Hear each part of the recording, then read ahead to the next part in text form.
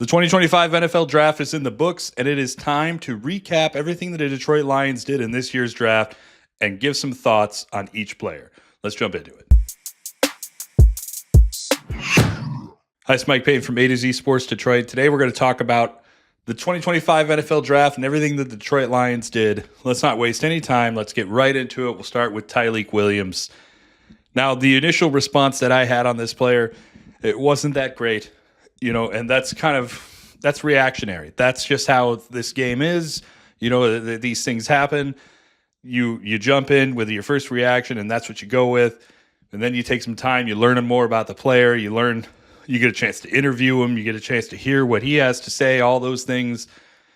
And after that made quite a difference. Now, I'm not saying that the Lions still couldn't have gotten a better player. I mean, I still think that, there were some really good edge rushers there. But regardless, the Lions are building a wall with this defensive line, and good luck trying to run on guys like Tyreek Williams and Alim McNeill once they are at full strength. And the good thing, speaking of Alim McNeill, the good thing is that, hey, you're going to have a guy who's going to start in the meantime while you wait for McNeill to get back, which might not be till November. Next pick is Tate Rattlage. I love this pick. This is a great, great value for the Lions. He can start at right guard immediately.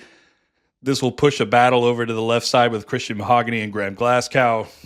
I kind of leaning towards Mahogany at this time, but this is like a whole brand new offensive line. Maybe at some point, and Brad Holmes talked about this after the draft, there's a possibility that the Lions could maybe look at Rattlage like a center, and that there will be some cross-training going on there.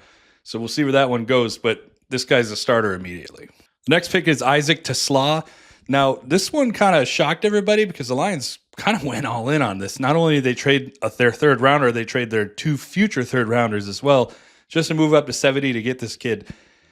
And when you see the tape, when you don't look at the the stats and all that, when you see the tape, you see a guy who just blocks like crazy. You see a guy who can high point the ball, has that 4.4 speed, has one of the highest verticals in the entire draft, fifth among receivers.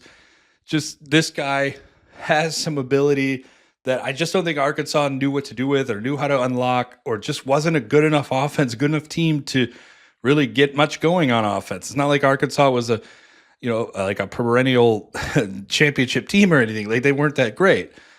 So I think that the Lions are looking at Tlawson like he could be a bigger deal than maybe you might think he is. And I think just looking at the tape and just looking at everything he's capable of, the athleticism and all the whole package, I think this is a guy that could supplant Tim Patrick immediately, take over that wide receiver 3 spot, be the X guy there.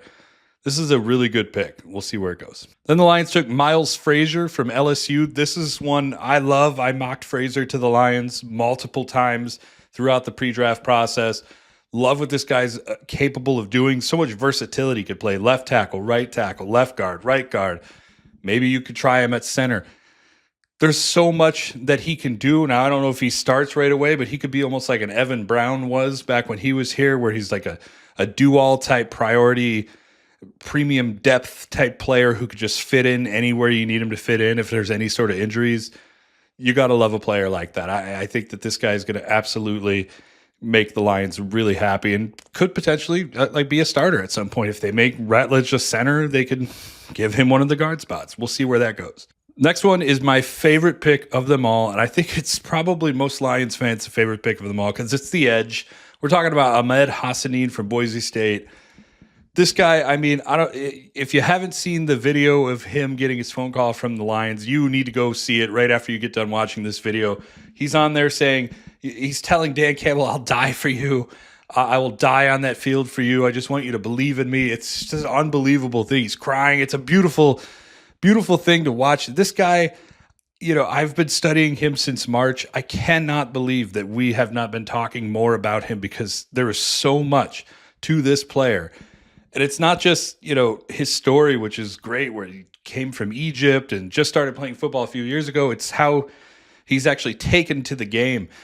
And you see him out there. He's playing really well. He had 62 pressures and 12 sacks for Boise State last year. He wasn't just a guy who's, hey, he's got some athleticism, Maybe there's a long-term project there. I think there is some development that they need to do with him, but like this guy, I think he's ready to go. And I think you're going to see an instant impact from him.